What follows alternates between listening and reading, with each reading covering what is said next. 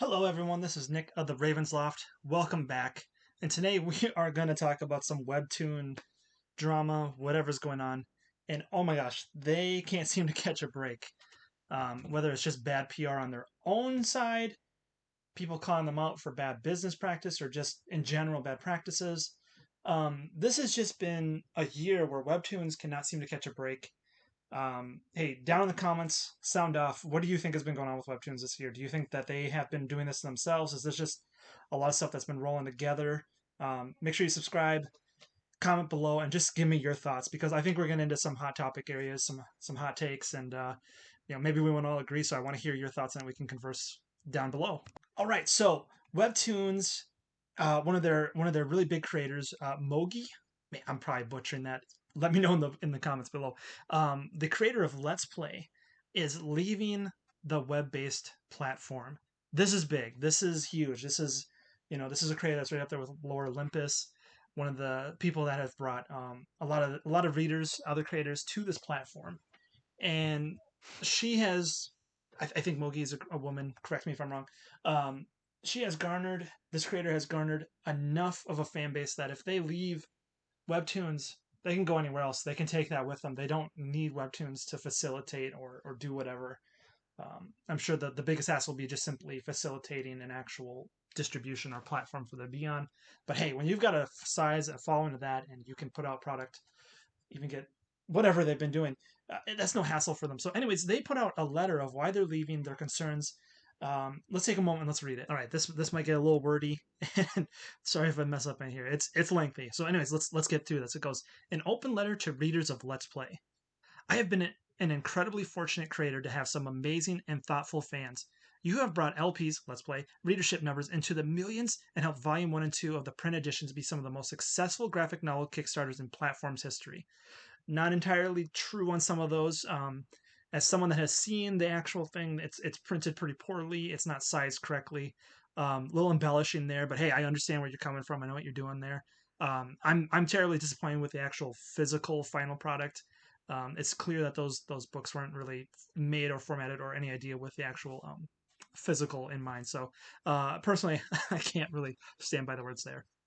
Okay, and then they go on. You have shown the industry that there is a demand for comedy, love, mental wellness, and comics in a way they never realized. This is beyond true. Yeah, I think because the mainstream industry and the way comics are viewed have been stuck in the superhero big two sort of mindset that we don't really get a place for romance, things outside of that typical sort of a thing. Webtoons is really caters towards the female demographic with romance comics and that sort of stuff. So yeah, there's a definite demand for it, and I think that's where a lot of people go for that.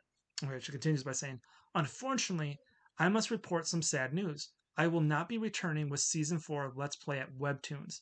This is an incredibly difficult decision, and no single event led to it. There have been ongoing difficulties for several years, most of which I can't discuss, nor is this appropriate forum. For some concerns includes Let's Play being excluded from marketing despite promises to the contrary and placing LP behind an age gate where the series with far more controversial content that is restricted." All right. So this seems kind of like a weird thing to not market one of your strongest, highest performing series. There's got to be some other issues going on behind the scenes here. I would love to hear what Webtoon's reasoning is why they're not promoting this. Are they having issues with the creator? Um, it, why would you just suddenly do that? For me, when I'm looking at it from this other angle, I'm baffled. Why would you not? Why would you not put that out there? We're gonna go down a little bit further here. Um, on top of all this, I have been watching other creators courageously voice their concerns, particularly over the last year. Whether it's about the ad campaign that considers our profession a side hustle, the pay disparity, or the ongoing lack of transparency and errors occurring accounting. Okay, I'm paraphrasing a lot of this here, just to cut a lot of it. Uh, so they're really finding fault here with the way that Webtoons is even paying other creators, the way that they are marketing. So there's a lot of concerns here because some people have come forward saying, "Hey, you're paying me morsels. You're paying me a little, very little to what I think I'm owed."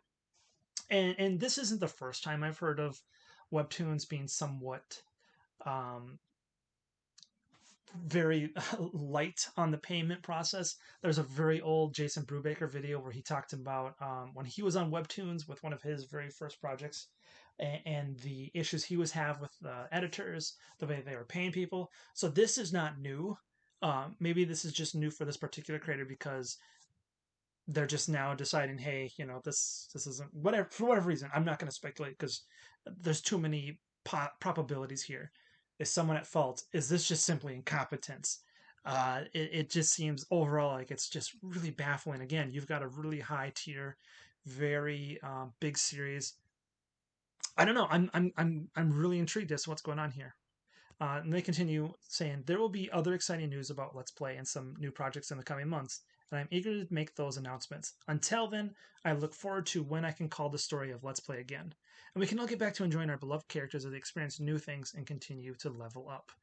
Um, Again, this is just crazy. What is going on here? We've had some pretty small time creators calling out Webtoons for some of their practices, coming forward with information about the pay disputes and the disparity between like what's being put out.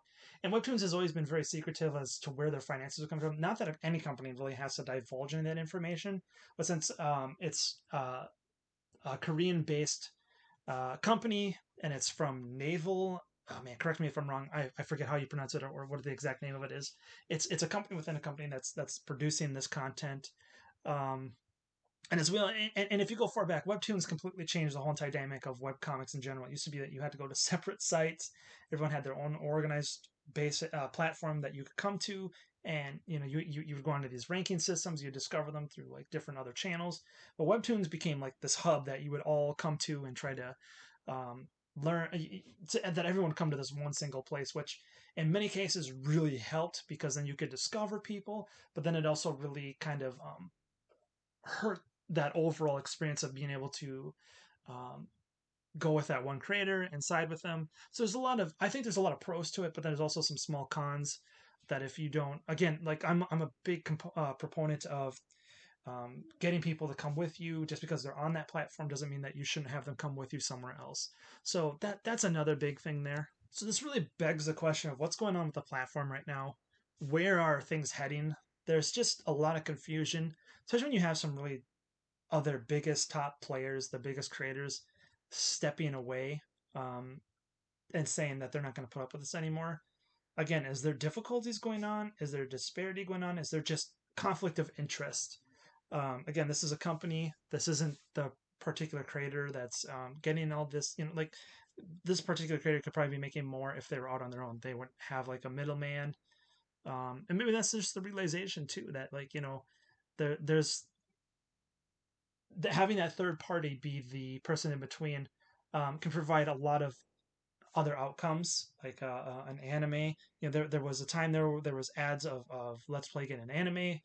Webtoons was really pushing for a lot of their content to get made and be multimedia. Why not? That's one of the cool things about anime and manga is a lot of it can be translated and adapted into animation, movies, and further, compared to what you see a lot in the Western comic industry. We just don't really have a lot of those. We don't really have any of those things for us to jump into. It's a really hard industry. Being able to jump up or go further, we're pretty much stuck where we're at. But the ability to even say like, hey, Webtoons is a place that could take you further. There's a possibility that maybe your thing will get not just from the canvas, but go into the actual like big platform part, the creator area. And then if it really hits a big, there might be a possibility of getting an anime or some sort of other thing there. So Webtoons really holds a place of power and allowing you to go maybe further with stuff. But this is concerning when you have creators speaking out and then their own ads are kind of telling you like, hey, this is a really good hobby. What are they trying to say on the back end? Who is doing their marketing? It's just really confusing. And I personally don't understand it from a creator's perspective, a business perspective. What type of message are you trying to put out there? And that's the hardest part about being a creator and not having those other areas to go up further. Because I think we all want to see our comic expand, be bigger than ourselves and what we imagine. Who doesn't want that? I know there'll be a few here that say they just want to make comics. I understand. I understand that. But there's always that like, oh, what if this went further? There's always the dream beyond the dream and just going, wow, this is really cool. And Webtoons also has this large amount of people coming there just to check out stuff. Now, as I said earlier, it's got a very high female demographic. It's very catered towards romance, stuff like that because of the demographic. So it's just interesting to see a lot of disparity between all these creators, people calling out Webtoons. Where does it go from here? What are the things that are going to happen? I'm really intrigued because I don't think we're done yet. I think there's going to be more stuff coming out. Um, yeah, man, a lot of I don't know, but hey, I've got a Kickstarter running right now. It's Winnie the Pooh Demon Hunter, and it's open for pre-orders right now. If you're looking for a fantasy, action-packed story that features Winnie the Pooh as a demon hunter, I think you're going to really enjoy this book.